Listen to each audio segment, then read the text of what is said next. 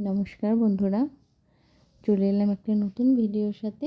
Children's ডের মেলা লেগেছিল বাচ্চাদের স্কুলে, তো সেই মেলায় গিয়ে বাচ্চারা কিভাবে আনন্দ করলো চলে এলাম আপনাদের সাথে শেয়ার করতে।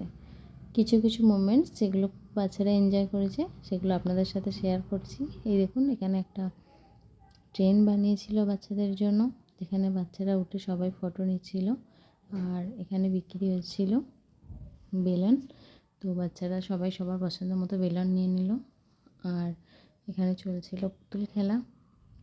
বাচ্চারা, আমরা ছোটোবেলায় পুতুল খেলা দেখতে খুবই ভালোবাসতাম, তো বাচ্চারাও পুতুল খেলা দেখছে। তো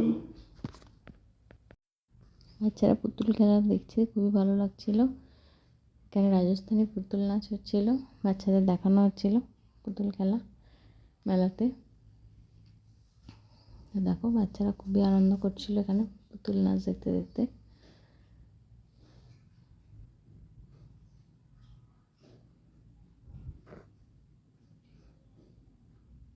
কত হাসছে দেখো, ভুবুজনা বসে বসে পুতুল নাচ দেখতে দেখতে।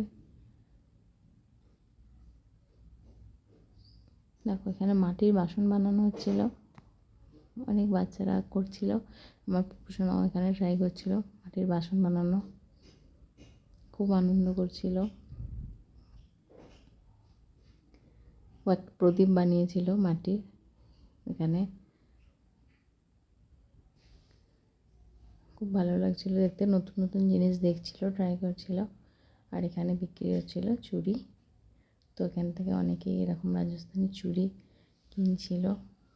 আর বাচ্চাদের ম্যাজিক শো হচ্ছিলো এখানে, তো বাচ্চাদের ম্যাজিক শো এখানে দেখাচ্ছিল।